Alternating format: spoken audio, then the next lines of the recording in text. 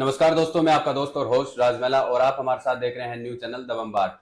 दोस्तों, आज की इस कड़ी में हम आपको लक्ष्मणगढ़ के पूर्व पार्षद 33 नंबर वार्ड से पार्षद जमील जी अहमद से मिलवाते हैं, जो वर्तमान समय में पार्षद प्रतिनिधि भी हैं और इनकी पत्नी पार्षद भी है, और साथ ही ये शिक्षा जगत से काफी अच्छे से जुड़े हुए हैं।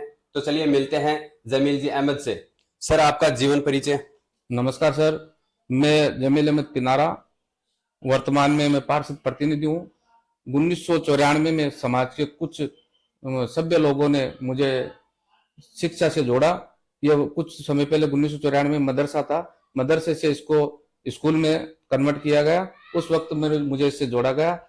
तब से मुझे सामाजिक कार्य करने का जुनून उठा और सामाजिक कार्य के कारण ही मुझे पूर्व जो विधायक थे परशुराम जी मौर्य जी, उनसे मिलने का मौका मिला।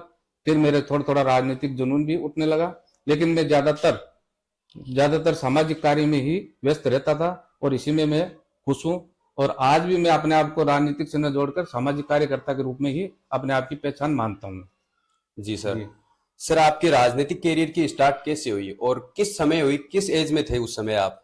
मैं 1994 में जब शिक्षा जगत से जुड़ा, उस वक्त समाज के कार्य भी मैं किया करता था। जी, तभी से कुछ सामाजिक कार्य के तहत मुझे परशुराम मौर्य से मिलने का मौका मिला। तभी से मुझे थोड़ा थोड़ा इसमें इंटरेस्ट आने लगा, लेकिन मैं ज्यादातर सामाजिक कार्य में ही व्यस्त रहता था, राजनीतिक से थोड़ा परहेज करता था। फिर समाज के कुछ लोगों ने 2015 में मुझे पार्षद के पर चुनाव लड़ने के लिए प्रेरित किया और प्रेशर किया, जिसके कारण मैं चुनाव लड़ा और उसमें मैं पार्षद चुना गया। उसके बाद में 2020 में मेरी पत्नी ने चुनाव लड़ा, वो भी पार्षद चुनी गई है। आज मैं पार्षद प्रतिनिधि के रूप में कार्य कर रहा हूँ। सर, आपकी विचारधारा किस पार्टी से है? मेरी विचारधारा शुरू से ही कांग्रेस पार्टी से है। उसका कारण यह है, कांग्रेस सद्भाव पार्टी है, सभी कौमों को साथ लेकर चलने वाली है, आपसी तालमेल के साथ कार्य करती है, इसलिए मेरा इस पार्टी में विश्वास है। जी, इस चुनावी माहौल में आप कांग्रेस को जिताने के लिए कांग्रेस पार्टी किस तरीके की रणनीति को अपना रही है? देखो, कांग्रेस में जो वर्तमान में विधायक है गोविंद सिंह डोटासरा जी, जी, उन्होंने लक्ष्मणगढ़ में एक नया आयाम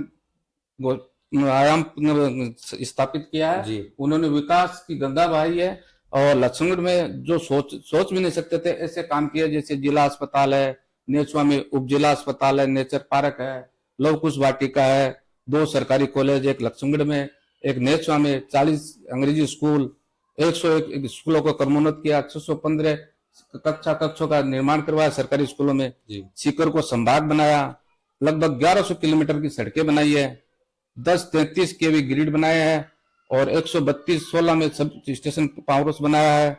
नेचुआ का नया उपखंड व तहसील, नई पंचायतें बनाई है, 4 खेल स्टेडियम बनाया है, स्काउट आवासीय विद्यालय बनाया है, लक्ष्मणगढ़ में मिनी सचिवालय की घोषणा की स्वीकृति दिलवाई है। इसके अलावा मेरे पास कम से कम 86 विकास कार्य की सूची है, जिसको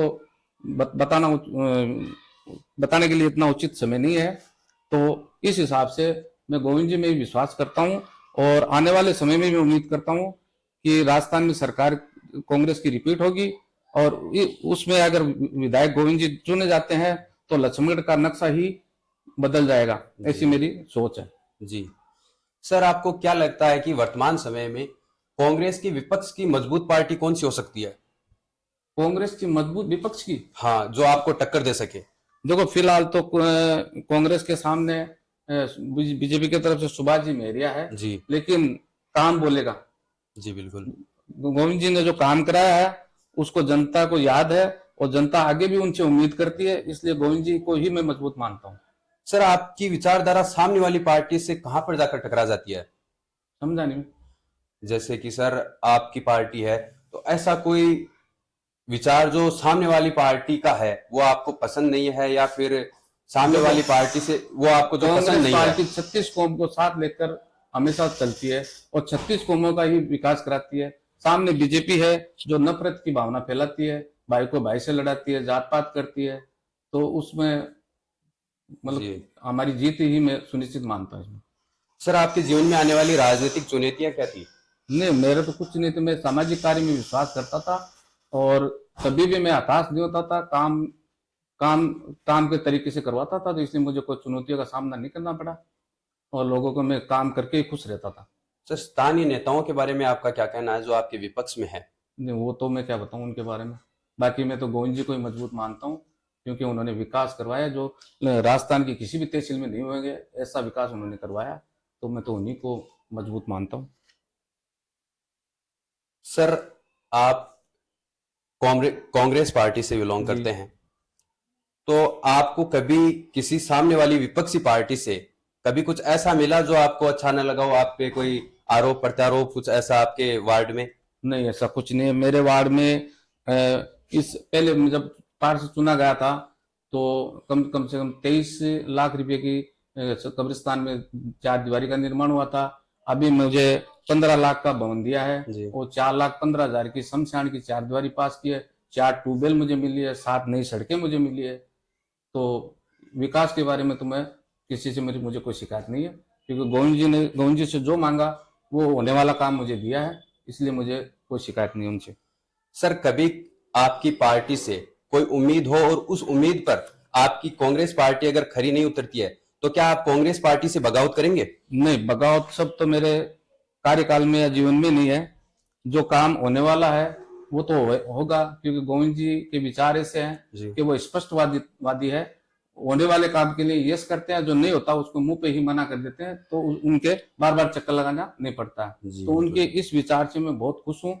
भले वो उस वक्त मुझे बुरा लगता होगा, लेकिन बाद में ये है कि भाई अच्छा, उन्होंने जो काम नहीं होता है उसको मना कर देते हैं, तो उससे उसके चक्कर लगाने का मौका नहीं मिलता। बिल्कुल जी। सर आपके राजनीतिक क्षेत्र में आपका सबसे पसंदीदा चेहरा कौन सा है? गोविंद सिंह डोटासरा। क्यों है? क्योंकि वो विकास में एक नंबर के हैं, और उन्होंने विकास जो कराया आज तक लक्ष्मण के इतिहास में कभी हुआ नहीं है, न कभी होगा।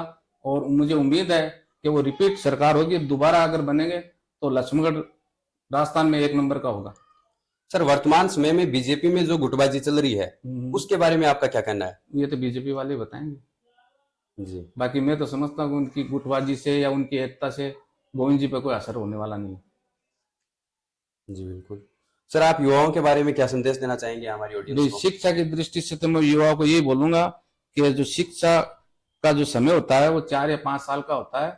उसमें मन लगाकर मेहनत करके शिक्षा पे ध्यान दे तो आगे कैरियर बनता है। रही बात राजनीतिक क्षेत्र में, युवाओं को ये कहूंगा कि राजस्थान में सरकार पुनः कांग्रेस की आने वाली है, तो इसलिए गोविंद सिंह को मजबूत बनाओ, क्योंकि गोविंद सिंह ने विकास की गंगा बहाई है। आने वाले समय में और विकास होगा, तो उनको रिपीट करे तो ही लक्ष्मणगढ़ का फ्यूचर अच्छा होगा। सर कई बीजेपी के नेता कार्यकर्ता ऐसे हैं जो दावा करते हैं कि बीजेपी इस बार 40,000 वोटों से लक्ष्मणगढ़ विधानसभा सीट से विजय होगी। इसके बारे में आपका क्या कहना है? भूल गए कि वो -40,000 बता रहे होंगे। 40,000 प्लस से तो गोविंद जी जीतेंगे। जी बिल्कुल, आपकी राय है कि 40,000 प्लस से गोविंद सिंह जी डोटासरा प्लस की बजाय माइनस की बजाय प्लस बोल गए, वो माइनस में होंगे। जी थैंक यू सर, आप हमारे चैनल दबंबाट के साथ जुड़े, इसके लिए आपका तहे दिल से धन्यवाद। Thank you sir.